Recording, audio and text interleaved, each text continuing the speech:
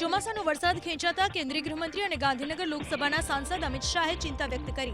ગાંધીનગરમાં કેન્દ્રીય ગૃહમંત્રી અમિત શાહની અધ્યક્ષતામાં બેઠક યોજાઈ. નાયબ મુખ્યમંત્રી હર્ષ સંઘવી સહિત ધારાસભ્ય, કલેક્ટર, જિલ્લા વિકાસ અધિકારી, જિલ્લા, તાલુકા અને નગરપાલિકાના પ્રમુખોની ઉપસ્થિતિમાં યોજાયેલી આ બેઠકમાં જિલ્લાના વિકાસ કાર્યોની સમીક્ષા કરાઈ. બેઠકમાં કેન્દ્રીય ગૃહમંત્રી અમિત શાહે વરસાદ ખેંચાવાના કારણે ઊભી થયેલી પરિસ્થિતિને પહોંચી વળતા તાત્કાલિક કન્ટીજન્સી પ્લાન તૈયાર કરવા અને બિન પિયત વિસ્તારનો સર્વે હાથ ધરી વિગતો તૈયાર કરવા સૂચના આપી. સાથે જ ખેડૂતોને વાવેતર કરવામાં ઉતાવળ ન કરે તે સમજાવવા માટે પણ પ્રશાસનને સૂચના આપી છે. પાણી અને ઘાસચારા અંગે અત્યારથી જ આયોજન કરવા અને સંભવિત પાક નુકસાની અંગે સર્વેનો તૈયાર કરવા અમિત શાહે સૂચના આપી. ગાંધીનગરમાં કેન્દ્રીય ગૃહમંત્રી અમિત શાહની અધ્યક્ષતામાં બેઠક યોજાઈ.